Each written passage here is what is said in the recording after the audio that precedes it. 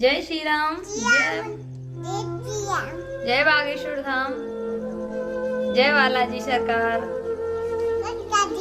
हम आराध्या की मम्मी आरती घोषी ब्लॉग में आप सभी का स्वागत करती हूँ। आराध्या की मम्मा, यस, आराध्या की आपके पापा जी ड्यूटी गए हैं ना। जिसके घर बेटी नहीं होती है तो उन लोगों को अंदाजा भी नहीं होता है कि बेटी क्या होती है, कैसी होती है।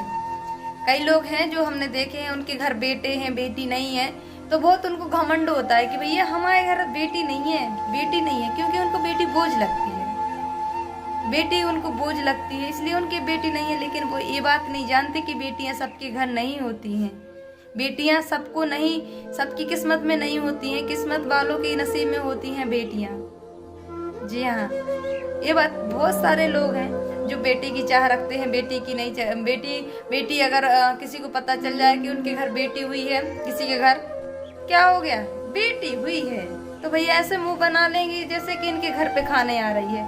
और हमसे भी बोलते हैं तो कई लोग बोलते हैं कि क्या है तुम्हारी बेटी है बेटा, हम बोलते बेटी, तो बोलते बेटी है। ऐसे अलग अलग रिएक्शन हो जाते हैं, मतलब बात करने का तरीका अलग अलग हो जाता है। लेकिन भैया हमें तो बेटी बुरी नहीं लगती और किसी को लगनी भी नहीं चाहिए, क्योंकि अगर हमने बहुत सारे लोग देखा है, आपने सबने भी देखा होगा कि बेटी अपने माँ बाप के खिलाफ एक शब्द भी नहीं सुन सकती। जी हाँ, अपने माँ बाप के खिलाफ एक शब्द भी नहीं सुन सकती। ससुराल में हो चाहे किसी से भी हो, कोई कुछ बोलेगा ससुराल में या कहीं पर भी, कोई भी अगर बेटी अपने मतलब माँ बाप के खिलाफ बोलता है कोई, तो वो तुरंत जवाब दे देती है, तुरंत बोल देती है कि आप मेरे माँ बाप के खिलाफ एक शब्द नहीं बोल सकते, क्योंकि बेटी निभाने वाली होती है। और वही लड़के के माँ बाप को लड़का के सामने माँ बाप के लिए कुछ भी बोल दो, गाली गलौज कर दो, तो लड़के के मुंह से क्यों भी नहीं निकलता है। हमने बहुत देखे हैं। और जिसको बुरा लग रहा है तो सॉरी भाइयों, हम आपके जो गलत है तो गलत है, जो सही है तो सही है। हम किसी का नाम थोड़ी ले रहे हैं, लेकिन फिर भी हमने ऐसे बहुत से लोग देखे हैं जो बेटियों को बोझ समझते हैं। बेटियों को बोझ नहीं समझना चाहिए। बेटियां हमारी शान होती हैं, आन बान होती हैं। कुछ लड़कियां होती हैं जो बहक जाती हैं, भटक जाती हैं। उनके लिए ऐसा नहीं करना चाहिए कि अपने माँ बाप को दुख दर्द देना चाहिए। बहुत सी बहनें होती हैं जो कि बहकावे में आ जाती हैं, कि जो अपने माँ बाप को धोखा दे देती हैं। वो कुछ भी, आप सब समझ रहे हो, हम नहीं बता पाएंगे, बोलने ही नहीं चाहते हम उस बारे में।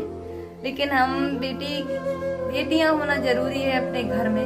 बेटियों की कमी बहुत महसूस होती है भैया। हमारे घर में आज हम लोग चले जाते हैं, हम लोग 2 बहनें हैं और हमारे 3 भाई हैं। लेकिन हमारे 3 भाई जो कि हम लोगों को हम दोनों बहनों के लिए इतना प्यार मिला है शुरू से ही। हमारे भाइयों को इतना नहीं, हमारे मम्मी पापा ने इतना वो नहीं किया है, इतना प्यार नहीं किया है जितना कि हमें किया है, हमारी दीदी को किया है इतना।